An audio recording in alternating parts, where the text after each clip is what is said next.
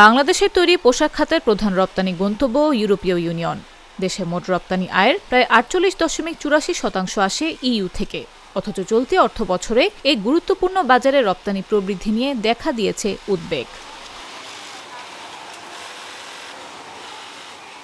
রপ্তানি উন্নয়ন ব্যুরোর তথ্য অনুযায়ী ২০২৫-২৬ অর্থ বছরের প্রথম প্রান্তিকে ইইউর বাজারে বাংলাদেশের পোশাক রপ্তানি দাঁড়িয়েছে $৯.৪৬ বিলিয়ন, যা আগের অর্থ বছরের একই সময়ের $৯.৮৬ বিলিয়ন তুলনায় ৪.১৪% কম।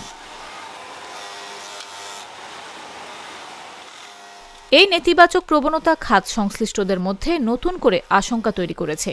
এই সময় নিটওয়্যার পণ্যের রপ্তানি ৫.৫৪% কমে $৫.৭৬ বিলিয়ন নেমে এসেছে, যেখানে আগের বছর একই সময় আয় ছিল $৬.১০ বিলিয়ন। অন্যদিকে ওভেন পণ্যের রপ্তানি দাঁড়িয়েছে $৩.৭০ বিলিয়ন, যা ১.৮৭% নেতিবাচক প্রবৃদ্ধি নির্দেশ করে। ইইউ বাজারে এ ধরনের নেতিবাচক প্রবৃদ্ধি নিয়ে রপ্তানিকারকরা গভীর উদ্বেগ প্রকাশ করেছেন, কারণ দেশের রপ্তানি আয়ের সিংহভাগই আসে এ অঞ্চল থেকে।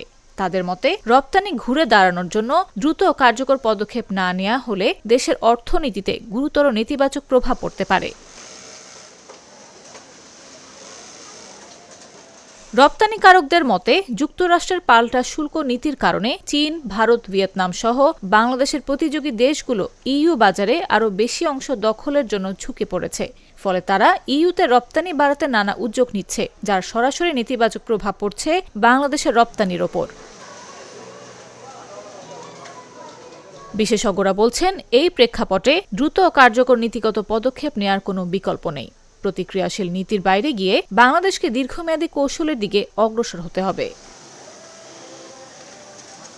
পাশাপাশি লজিস্টিক্স ব্যবস্থার উন্নয়ন, ব্যবসার ব্যয় কমানো ও ইইউ সহ অন্য বড় বাজারের সঙ্গে বাণিজ্য চুক্তি আলোচনায় গতি আনাও অত্যন্ত জরুরি বলে মত তাদের। তারা বলছেন, সিপিডির এই ডিস্টিংগুইশড ফেলো সময়োপযোগী ও সমন্বিত নীতি গ্রহণ না করা হলে বৈশ্বিক বাণিজ্যের ক্রমবর্ধমান প্রতিযোগিতামূলক পরিবেশে বাংলাদেশ আরও বেশি বাজার হারানোর ঝুঁকিতে পড়বে। নিউজ ডেস্ক, জাগো নিউজ।